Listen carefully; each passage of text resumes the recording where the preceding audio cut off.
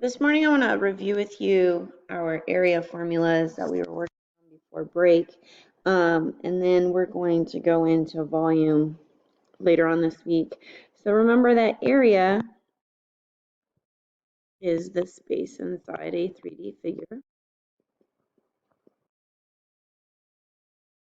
if you still have your journal, then you can see what we did with our index cards. Area is always going to be, inside a 2D figure. I was stuck on volume. Inside a 2D figure, units squared, because again it is two-dimensional. So if you recall, we had area of a rectangle slash parallelogram, which was simply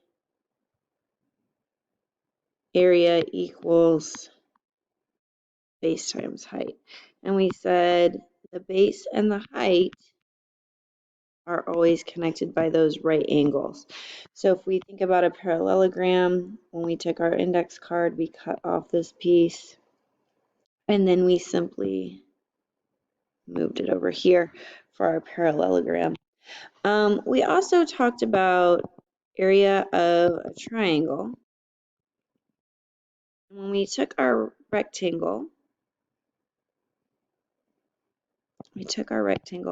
and we cut it in half, which was how we got our area is base times height divided by 2, where we have our height and our base again connected by our right angles. We also see this written as 1/2 of base times height. Remember, if we're cutting something in half, we can divide it by 2 or multiply by 1/2. Either is acceptable. The third area formula we discussed was area of a trapezoid. And when we took our rectangle, we went ahead, we cut off an edge like we did on the parallelogram. But instead of just shifting it to the other side, we flipped it around. So now we have this shape and we have a right angle here and here. And we said we needed to add our two bases and divide them by 2. We found the average of them. And then, of course, times our height. And another way that we wrote this was 1/2 base 1 plus base 2 times height. Again, height and base are always connected by the right angles. So what I want to do with you today is I'm going to review a couple of word problems using these formulas for you. I have posted this paper in Google Classroom for you if you wanted to print it out, or you can just write it in your journal. And we're going to take not only finding our area, but also sometimes we need to work backwards and use our equation methods of solving so we can find some different pieces. This one tells us the area is 108. What is the length of the base of sail B? So we're actually looking here. So we can see here's our right angle. If this is making our rectangle, then we can see that this is in fact our height, and we do not need the 9. So our formula for area of a triangle, remember if it starts with a T, we need to divide by 2 on triangles and trapezoids. So I can say base times height divided by 2. I know my area is 108. So now I can plug in my numbers. I do not have a base, I have a height of 18, and we need to divide by 2. We can go ahead and simplify this to 108 is equal 18 divided by 2 is 9b. I'm going to write that algebraically correct. And then solving equations, we're multiplying by 9, so the inverse is to divide by 9. And I know that 9 goes into 108, 12. So the base of sail B is in fact 12 feet. And if we were going to put that in a grid, we would put it just so, right to the left of the decimal, and bubble in the appropriate space. This one says use a ruler. We're just going to make up our own dimensions to find the area of this triangle. So we'll say that this base, we'll call it 11. We'll use centimeters because that's what it asked us to use. And then here is our height. We can use 9. Actually, let's use 8. Otherwise, we're going to get out of the decimal. So again, we had talked about always writing our formula base times height divided by 2, where our base is 11 times our height is 8 divided by 2. And again, when you do this, you can go ahead, you can multiply first and then divide, or you can divide and then multiply. The order does not actually matter. So I'm going to multiply. I get 88 over 2, and I know that 88 divided by 2 is 44 centimeters, and this is area, so this is going to be units squared. And again, just to the left of the decimal, and we can bubble it in as well. Here I have the base of the rectangle is shown below. So we have, here's the base,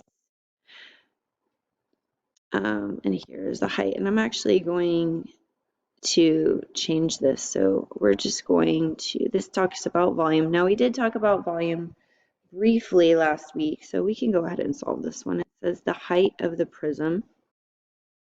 So this is our base shape. If you remember from last week, we shaded our base shape, and then this is going to be our big H, height of our prism. What is the volume? So if you remember, volume, big B times H, where big B is area of the base area of a rectangle, is in fact base times height. So we would do 21 times 13, and the height is 12.5. So when you multiply these, order doesn't actually matter. You can multiply in any order you like. I'm going to scroll up a little bit so I have some space. 21 times 13, don't forget your placeholder, is 273, but we're not done. So now we need to do 273 times 12 and a half. Don't forget about your decimal, 15, 36, 13, placeholder 6, 14, 5, 2 placeholders, 3, 7, 2, 5, 12, 10, 11, 12, 13, 14, 3, and then I have one number behind a decimal. So my volume is 3,412 and a half, and this is feet cubed. And we'll be doing some more with volume later on this week. The rest of these are volume. I did not realize that, but that's okay. We can use it as a preview because we're still doing our area formula, so this will be a good preview for later on in the week. So here is my base shape. So I have a base, I have a height, and then this is my height of my prism. So remember, big B times H, so little bh. I'm going to make this big because this is the height on the prism. Remember, this height is not on the base shape. So we're going to say 6.5 times 3 times 7. And again, order doesn't matter. I'm going to go ahead and do 3 times 7 because I can do that in my head. So 6.5 times 21. And I can say 5, 10, placeholder 6 and 12, 5, 6, 3, 1. Don't forget to move your decimal. Our volume is 136.5 cubic centimeters. There's 2 more questions I have here. We'll work through those, and then I'm going to let you do a little bit of practice on area and answer some check for understanding questions. So what is the maximum volume of cargo that will fit in Billy's truck? So we can see here, if we're looking at Billy's truck, if we were to draw this separately, just draw my 3D rectangle, just the top of my truck here. So we know that this is 3 meters. You can see that piece here. And then we have a height of 4.2 meters. We also have a width of 8.3 meters. So our base is this piece. So if we want to find the volume of Billy's truck, big BH, 8.3 times 3 times 4.2. I can do my work over here, 8.3 times 3, 24.9, and then times 4.2, 18.94. 36, 19, 9, 15, 14, and 10. Now be careful because we have two numbers behind the decimal. So the volume of Billy's truck is 104.58 meters cubed. And then it says this is about, so we would choose C here. And then finally we have three different prisms, A, B, and C, which is true. It's talking about volume. Do they have the same volume? The area of the base. Only A and C have the same volume. Volume of B is greater than the other two. So we need to find the volume of these pieces. So if I'm looking at big B here, remember volume, I'll do A here as big BH. So I have 5 times 3. Now we are, in fact, missing a height. So we could say that this is volume A is 15 times H. For volume of B, again, big BH, here's our base shape. 3 times 2 times the height. So our volume is 6 times the height.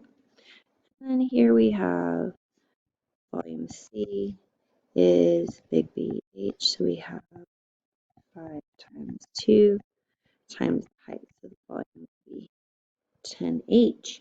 So we cannot say that all of the prisms have the same volume. We cannot say that the area of the base is the same because this number right here that we just got is the area of the base. Area A and C have the same volume? Well, we don't know that. And volume B has greater than the other two. We're apparently missing a number here. So we really cannot answer this one very well. But I did want to help you set that one up. So I would like you to go to the area scavenger hunt, see how you do on that, and then answer the check for understanding questions. If you have questions, please let me know.